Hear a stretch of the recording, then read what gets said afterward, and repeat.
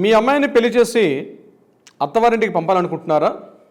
అయితే కొన్ని లీగల్ చట్టాలకు సంబంధించిన కొన్ని విషయాలను తెలుసుకునే ప్రయత్నం చేయండి. అమ్మాయిని పెళ్లి చేసి అత్తవారింటికి పంపించడం అన్నది అత్తవారింటి యొక్క ఆస్తి అమ్మాయి మాత్రం కాదు. అలానే మీ అమ్మాయిని అత్తవారింటికి అమ్మకాన్ని కూడా పెట్టలేదు. అయితే అత్తవారింటికి వెళ్ళినటువంటి అమ్మాయికి కొన్ని చట్టపరమైనటువంటి హక్కులు కూడా ఉంటాయి. అవి ఏమిటో తెలుసుకునే ప్రయత్నం చేద్దాం. నెంబర్ 1, ఒకటి గౌరవప్రదంగా జీవించేటటువంటి హక్కు. అంటే మీ అమ్మగారింట్లో అమ్మాయికి ఎలా అయితే హక్కు ఉంటుందో అలానే అత్తవారింట్లో భర్తతో పాటు భర్త యొక్క కుటుంబ సభ్యుల మధ్య ఒక గౌరవంగా తన యొక్క హక్కులకు భంగం వాటిల్లకుండా గౌరవప్రదంగా జీవించే హక్కు కూడా ఉంది.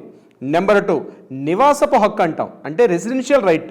అంటే ఆమెను ఇంటి నుంచి పంపించేయడమని, లేకపోతే ఆమె ఆ ఇంట్లో పనిచేసినటువంటి ఒక వెట్టి చాకరీ చేసినటువంటి ఒక వస్తువు కాదు, ఒక మానవత్వం ఉన్నటువంటి ఒక మనిషిగా గుర్తించాల్సిన బాధ్యత అత్తమామలపైన కూడా ఉంది. సో ఆమెకి రెసిడెన్షియల్లీ ప్రొవైడ్ చేయాల్సినటువంటి హక్కు కూడా ఉంది. మూడవది, ఆమెకు కావాల్సినటువంటి మెడికల్ ఎమర్జెన్సీస్ కానీ లేదా ఆవిడకి కావాల్సినటువంటి ఫుడ్, షెల్టర్, క్లాత్ ఇట్లాంటి ప్రైమరీ నీడ్స్ అన్నీ కూడా పూర్తిగా ఆమెకు ప్రొవైడ్ చేయాల్సిన బాధ్యత అత్తామామలపైన ఉంటుంది. At the same time husband పైన కూడా ఉంటుంది. మీరు కొత్తగా పెళ్లి చేసుకున్నారు కాబట్టి మీరు మా ఇంట్లో ఉండవద్దు అని చెప్పే హక్కు అత్తామామలపైన లేదు. ఇది మూడవది.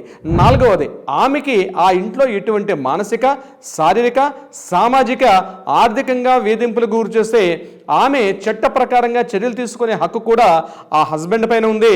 అదేవిధంగా అత్తామామల పైన కూడా ఉంటుందనే విషయాన్ని మాత్రం మర్చిపోవద్దు. ఇక 5వది, బట్ నాట్ లీస్ట్, ఈ 5వ పాయింట్ ఏంటంటే చాలా ఇంపార్టెంట్. తన స్వేచ్ఛగా ఎక్కడికి కావాలంటే అక్కడికి ఎంటైర్ థర్డ్ హౌస్లో ఏ మూలకైనా వెళ్ళే హక్కు ఆ అమ్మాయికి ఉంటుంది. అంటే భర్తతో పాటు ఆ ఇంటికి కొత్తగా వెళ్ళినటువంటి అమ్మాయికి కూడా అదే విధమైన హక్కులు కూడా ఉండే అవకాశం ఉంది కూడా దానికి సంబంధించి. అయితే ఆస్తులకు సంబంధించి మనం మాట్లాడుకోగలిగితే ఆస్తులకు సంబంధించి ప్రత్యక్షంగా ఆ ఇంటి కోడలికి హక్కులు లేకపోయినప్పటికీ కూడా భర్తతో పాటు ఉన్నటువంటి హక్కులన్నీ కూడా ఆవిడ అనుభవించే హక్కు ఉంటుంది. అత్తామామల యొక్క డైరెక్ట్ ప్రాపర్టీస్ మీద, అంటే యాన్సెస్ట్రల్ ప్రాపర్టీ కావచ్చు లేదా సెల్ఫ్ ఎక్వైర్డ్ ప్రాపర్టీ కావచ్చు, అన్నిటి మీద కూడా డైరెక్ట్గా కోడలికి హక్కులు ఉండవు. కానీ భర్తతో పాటు ఉన్నటువంటి ఇండైరెక్ట్గా హక్కులు మాత్రం కొన్ని ఉంటాయి. వీటికి సంబంధించి మరిన్ని లీగల్ సలహా సంప్రదింపులకి ఈ పేజీని ఫాలో అయిపోండి. మీరు ఏదైనా అత్తవారింట్లో కానీ లేదా భర్తతో కానీ వేధింపులకు గురవుతుంటే తక్షణమే మీరు కింద స్కూల్తో మిమ్మల్ని కాంటాక్ట్ చేయడం మర్చిపోదు. మీ వెంబడి రవీంద్రనాథ్ ఉంటారు. మా లీగల్ టీం, ఎంటైర్ టీం మీతో పాటు పనిచేస్తుంటారు. ఈ పేజీని ఫాలో అయిపోండి. ఈ వీడియో పైన మీ అమూల్యమైన కామెంట్ని కూడా కామెంట్ బాక్స్లో చేయడం మర్చిపోదు. ఈ పేజ్ని ఫ్రెండ్స్ అండ్ రిలేటివ్స్ కూడా షేర్ చేయడం మర్చిపోదు. Thank you so much. మీ రవీంద్రనాథ్, అడ్వకేట్, హైకోర్టు తెలంగాణ.